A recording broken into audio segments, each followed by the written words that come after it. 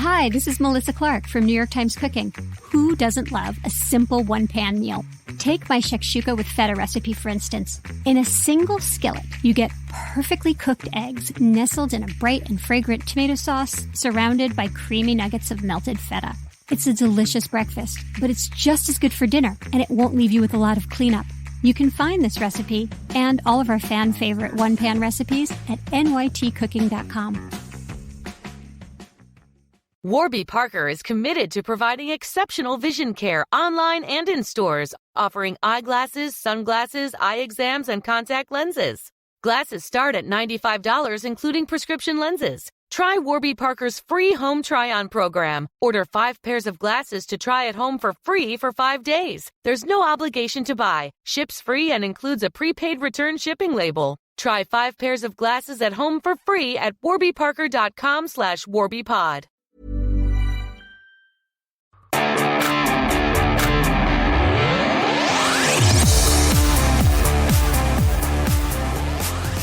Hey Eagles fans, this is Mike Kaye from NJ Advanced Media, and welcome to the No Huddle Show podcast, where we discuss anything and everything Philadelphia Eagles. You can read our content on NJ.com/Eagles, bookmark that, and you can subscribe to our exclusive Eagles Insider Tech service, where we'll break news, give you insider observations, and provide in-depth analysis. Through Eagles Extra, you can send questions and comments directly to us, and we'll respond to your phone. With me today, as always, is my fellow Eagles beat reporter, Chris Franklin. Today we're going to discuss Nick Sirianni and the Eagles' COVID-19 reserve list, the historic running game. We'll recap the win over Washington, and we'll also preview the matchup against the Giants for Sunday and what the Eagles need to do to avenge their previous loss against the Giants. But before we do that, Chris, how you doing today? Not too bad, man. You know, on the way in, I heard New Edition's Christmas all over the world. You know, it's 2 days before there. And, yeah, it's not bad at all, man. How about yourself? Can't complain. You know, drinking some coffee out of a mug. You know, with the Christmas season coming up, and Merry Christmas to you in advance, but also Merry Christmas to our audience. Happy holidays for those who don't celebrate Christmas, like yours truly. But, you know, I was in the drive-through lane at Dunkin', and anyone who knows me knows that I am an iced coffee drinker. I do not drink hot coffee. Hot coffee does not interest me. They screwed up my order and gave me a large hot coffee, and since it was the holidays, I thought, you know what, why? You know, I'm the type of person that doesn't like. I mean, you've been out to dinner with me. If somebody gets it wrong, I'll just go with the flow, right? Like, I hate mayonnaise and I hate tuna. Those are the two things like I just can't ingest. But other than that, like I'll just eat it. Whatever, I'll just deal. My wife has an issue with that. My brother doesn't like that. But like that's just me. Like I get anxiety for other people. So is it because you watched the movie Waiting or something like that, and you're afraid they're going to go give you like some extra quote Parmesan cheese and stuff like that? I mean, I did see that and have discussed that many times with my wife, who worked in restaurants in college, and she's also a hospitality major. So she's worked in hotels, so I know how that is. I'm also an over tipper. So like, I'm just like, that's just how I am. I'm not trying to weird flex or whatever, but like, that's just how I am. So I went through it, and you know, the saying, no good deed goes unpunished. As I'm walking out of the car, the lid pops off and I get hot coffee all over my hand.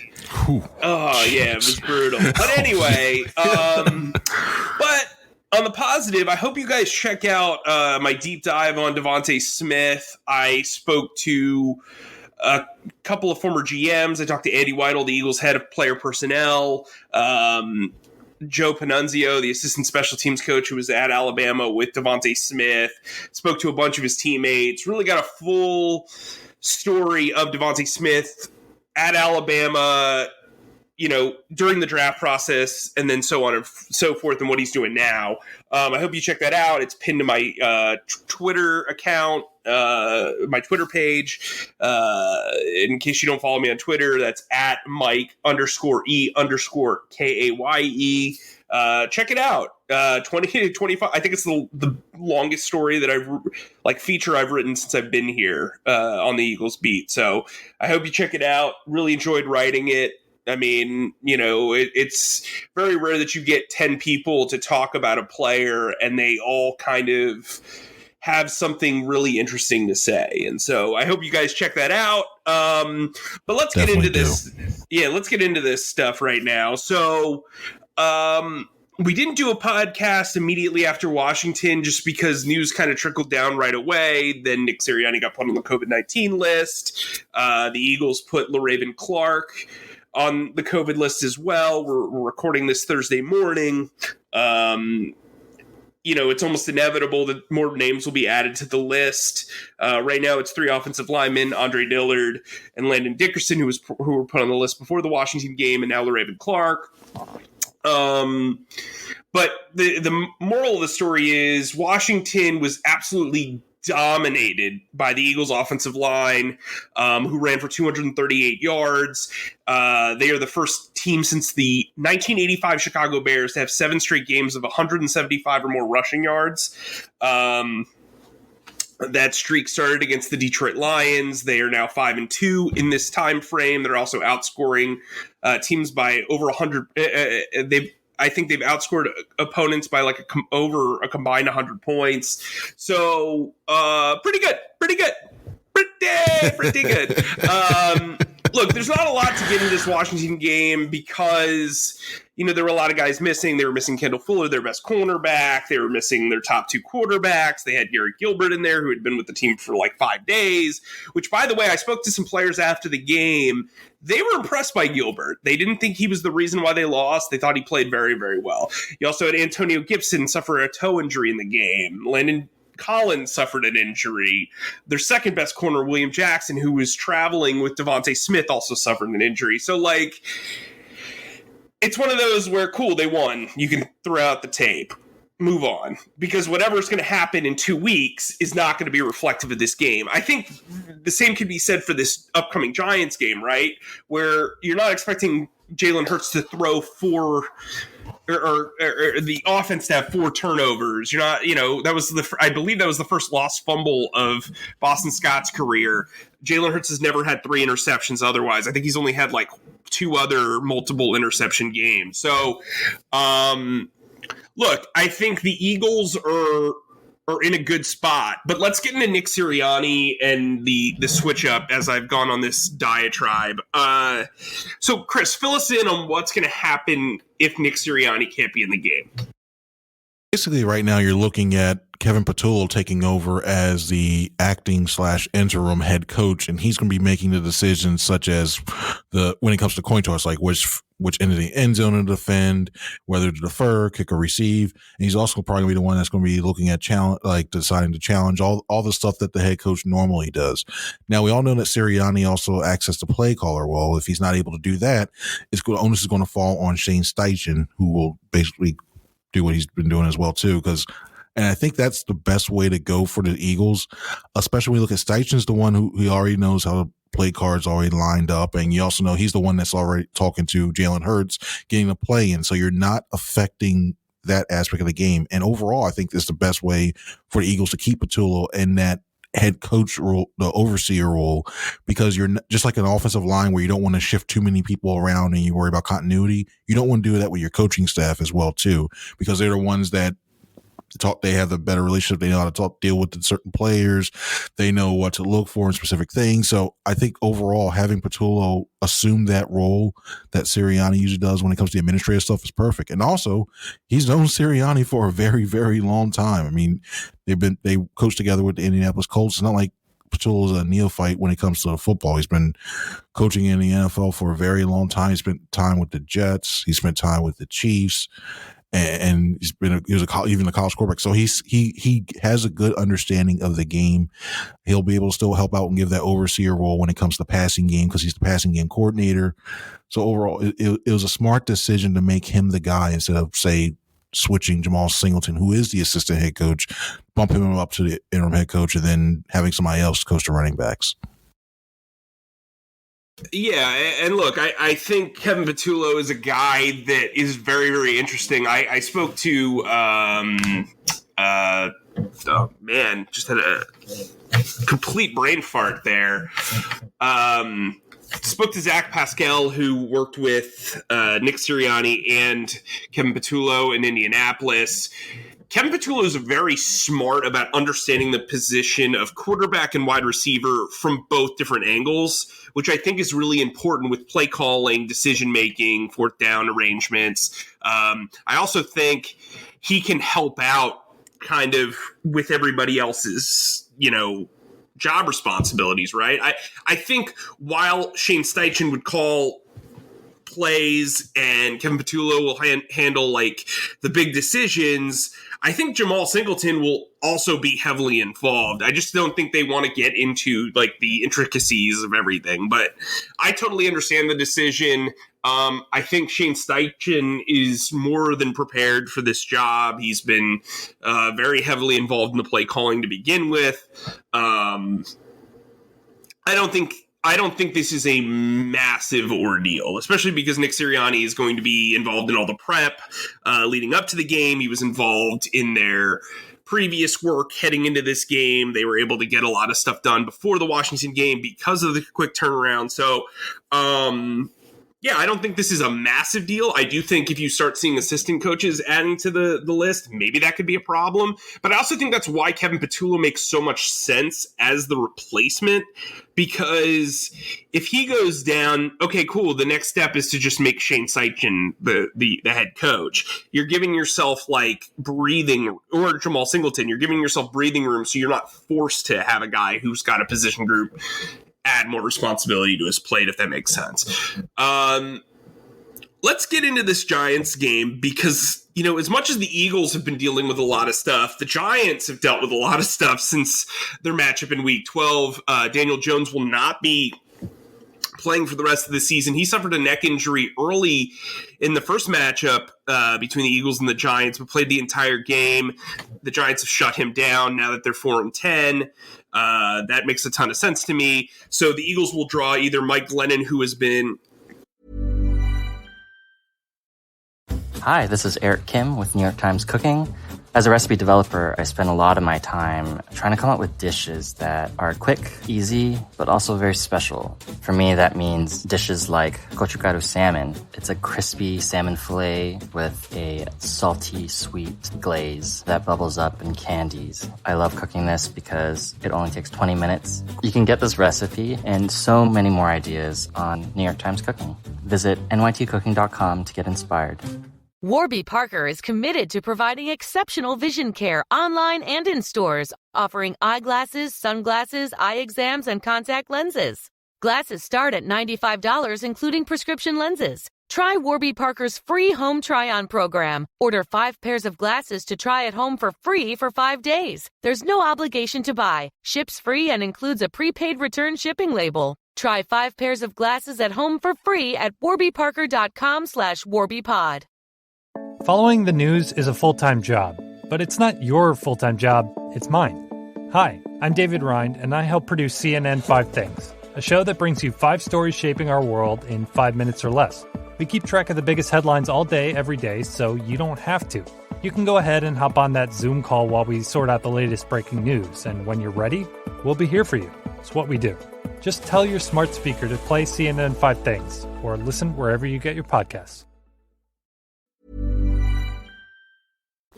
An abject disaster since taking over, or they'll have second-year quarterback Jake Fromm, who played his first snaps of his career last week, looked okay in a hurry-up offense with the game kind of out of hand, but I'm not expecting a lot from him. This has the makings of a Ben DiNucci type matchup. That said, I don't think the Eagles will be taking anyone lightly in this game just because I think the loss to the Giants, while it could end up hurting them if they lose a game down this 3-game stretch, is notable. I think from a mentality standpoint, this Eagles team knows that they have to finish, right? Like, they know that, like we saw it against Washington, they were down 10-0 and then immediately took over and it clicked and they dominated the rest of the game.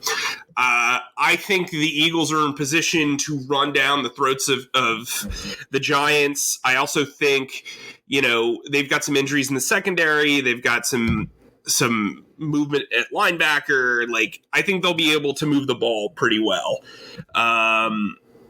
What's your take on the Giants? Yeah, especially that you mentioned that quarterback situation right now is not borderline. It is a dumpster fire when you look at what you have going on. Glennon is just, I still don't know for the life of me. I know he had those good years in Tampa Bay, but I think there are way better backup quarterback options that are out there, and to have him be the guy that you have as your QB2, I don't know. But for the Eagles' sake, I think they're probably hoping that he stands there as compared to Fromm, because either way, to me, Fromm is more mobile than Glennon, and Glennon's basically a statue that's going to help that pass rush a little bit more.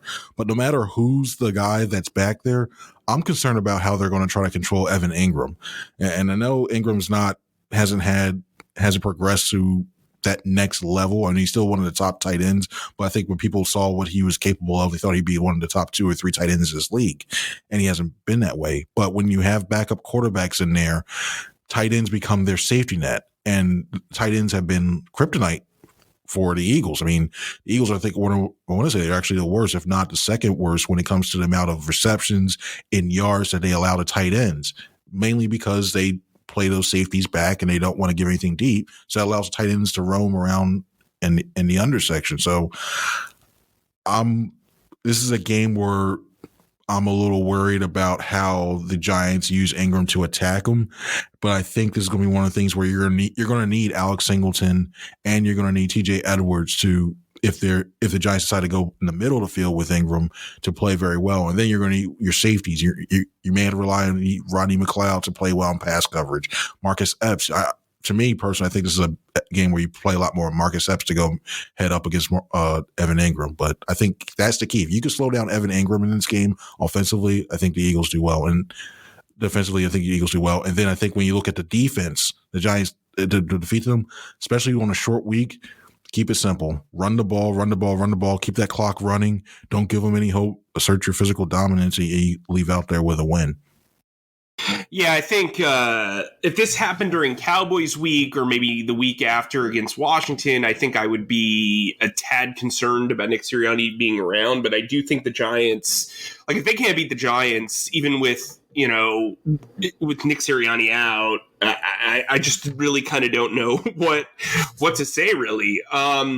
Looking at the rest of the playoff field, to simplify it, really, you gotta, Minnesota's going to play the Rams this week, and then they play the Packers. Realistically, they could lose both those games. If they lose both those games, the Eagles have wiggle room to lose a game.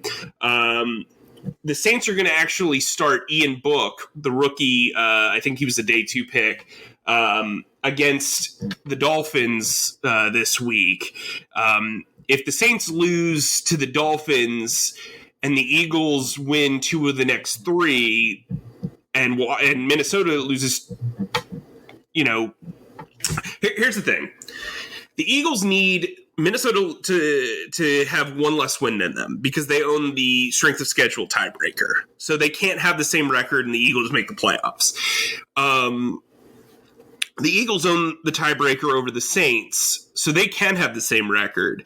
So really, if you want to simplify it, if Minnesota loses the next 2 games and the Saints just lose 1 game of the 3, the Eagles can afford to lose 1 game of the next 3. But then again, you want to control your own destiny. So I think, a Rams win over the Vikings, an Eagles win over the Giants, a Saints loss to the Dolphins, and you're starting to feel very, very good about the future for this Eagles team in the playoffs. Let's kind of talk about where we're at on that playoff push. Do you think where they're positioned now? Do you think the Eagles make the playoffs? I really think they do. I mean, you now mentioned you've come around, huh? I think they do. Well, I think I thought they were going to get 7, so I'm shocked they're even in this spot. But looking at the way that the final schedules are shaping up and how teams are being impacted by this COVID thing, I mean, we mentioned the Vikings, you mentioned the Rams, then they have to go against the Packers, and the Packers basically could be looking to clinch the 1 seed in that game against the Vikings. And the Vikings will have to go to Lambeau Field. So I think you got those 2 losses there. I think it's really going to come down to that second Washington game. I think the Eagles will win, and it's going to come down. I'm calling it right now. That final game against the Cowboys is going to be flexed, and we're going to be in a similar position where we were in last year, where the Cowboys have nothing to play for this time, and the Eagles are going to be basically playing to win and get in on a Sunday night. And I look at that, especially if you have a bunch of backups in there, I think the Eagles win that. The only loss I see the Eagles having is potentially that second Washington game, because Taylor Heineke, he's coming. He got activated off the COVID-19 list today, actually. So I think that you'll see him. He'll be ready to go, and I think Washington will have a lot more players available, and that could be a tough game down there. But yeah, I think overall, Washington. I think they get that. Not to cut you off, but I do think Washington is kind of the determination whether they're making the playoffs or not. Right? I think you beat the Giants or you lose to the Giants and the Vikings lose and the Saints lose, you're still in really good shape. You just have to win one of the 2 and hope the Vikings lose to the Packers.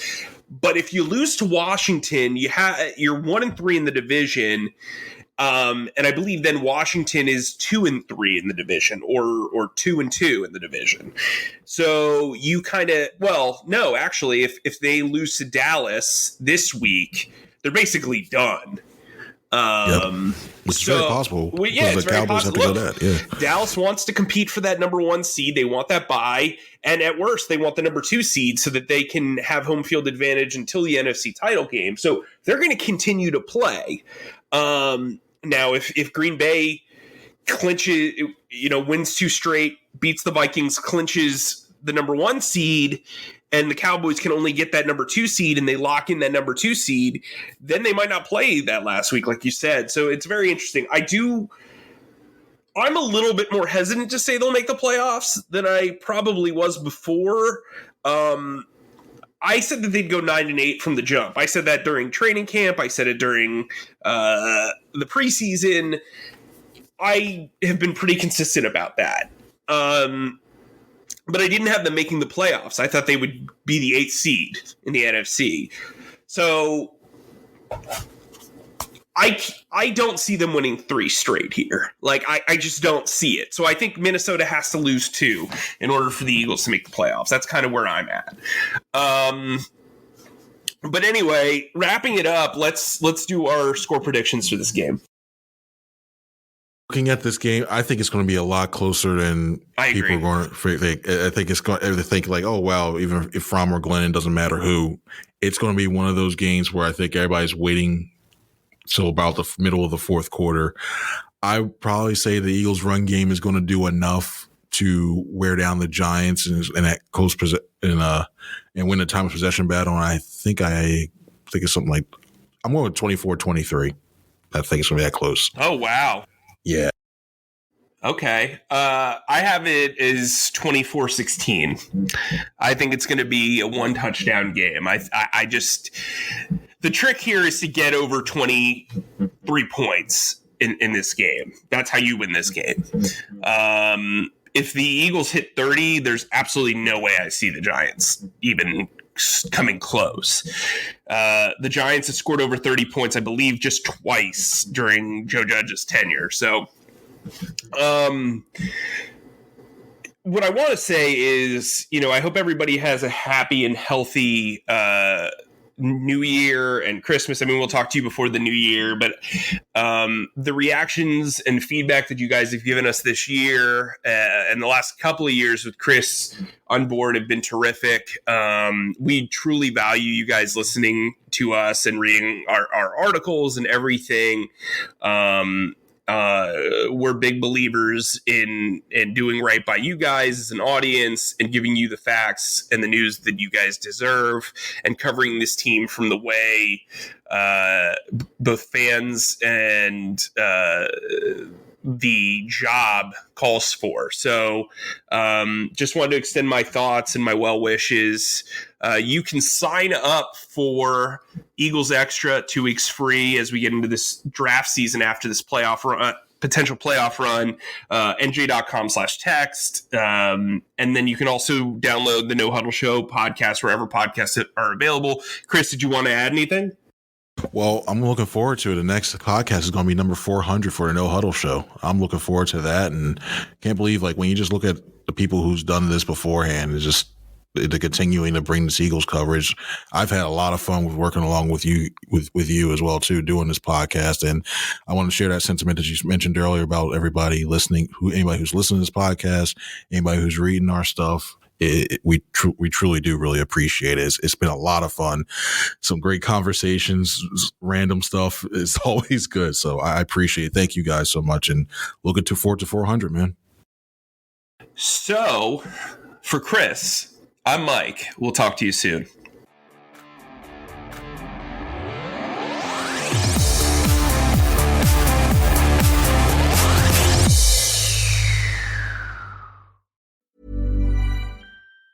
At New York Times Cooking, we believe that you shouldn't have to run to the grocery store every time you want to make something delicious.